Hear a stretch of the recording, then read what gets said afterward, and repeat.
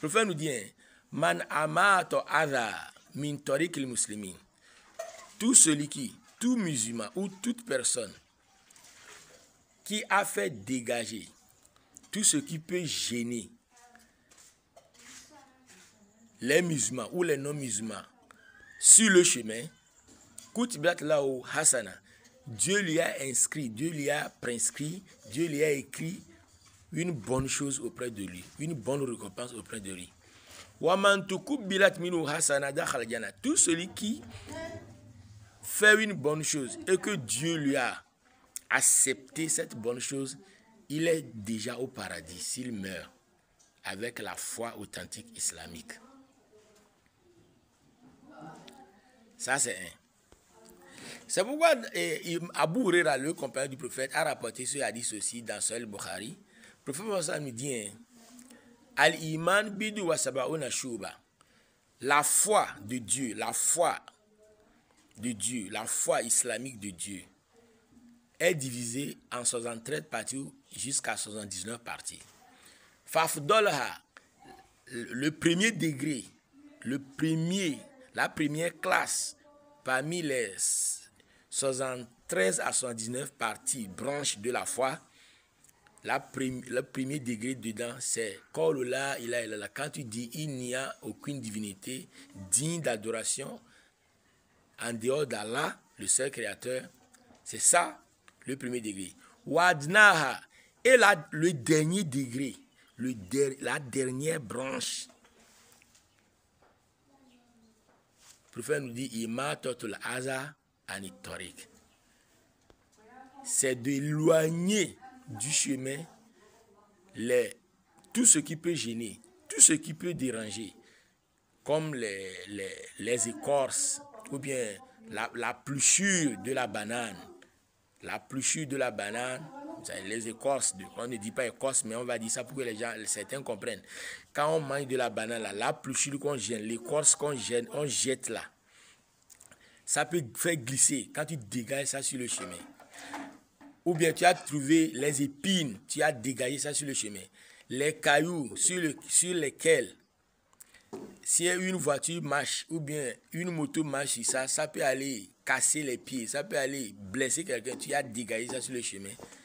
Même si vous voyez les caca sur le chemin, vous les dégagez. Tout ce qui peut gêner. Pour faire moi ça nous dit, hein, ça fait partie de la foi. Et le prophète nous dit que la pudeur, la honte fait partie d'une branche de la foi aussi. C'est-à-dire celui qui a la honte, celui qui a la pudeur, c'est celui qui peut protéger la nature et l'environnement. Et notre prophète Mohammed nous dit aussi que notre prophète Mohammed il nous dit aussi que dans Sahih Muslim, Abu Huraira a rapporté la dit La'ana man ittakhadha shay'an fi ruh garden. Prophète, Dieu nous a ordonné de protéger l'environnement en protégeant les animaux qui s'y trouvent. Le prophète nous dit La'ana Allah, Dieu a maudit toute personne, toute personne qui prend en possession un être vivant, tout ce qui a la vie, que ce soit les animaux, que ce soit les êtres humains, il a pris ça, il a posé devant lui, il a attaché devant lui pour s'entraîner en tirant sur la chose. Si c'est la flèche qui tire, même si c'est le fusil, ou bien si c'est une lance qui tire sur la chose, ou bien c'est un caillou, Dieu a maudit cette personne-là. C'est-à-dire Dieu a protégé même l'environnement en commençant par les êtres vivants aussi, les animaux. Et dans Sahih Muslim, dans le livre de Sahih Muslim, le prophète nous dit aussi, le prophète nous a interdit aussi, il nous a ordonné de protéger les mers, les lagunes, les ruisseaux. Le prophète nous dit la yabluwanna ahadukum fi ma'daim alladhi la yajri thumma yaktasil fi. Le prophète nous dit que personne parmi vous n'urine dans une eau recueillie sur place qui ne coule pas et après il va rentrer dans cette eau pour se laver ou bien pour se doucher.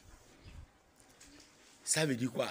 Aujourd'hui, on voit les gens, les superpuissants, certaines personnes jettent du pétrole, jettent du pétrole brut dans les mers, jettent des nourritures dans les mers pour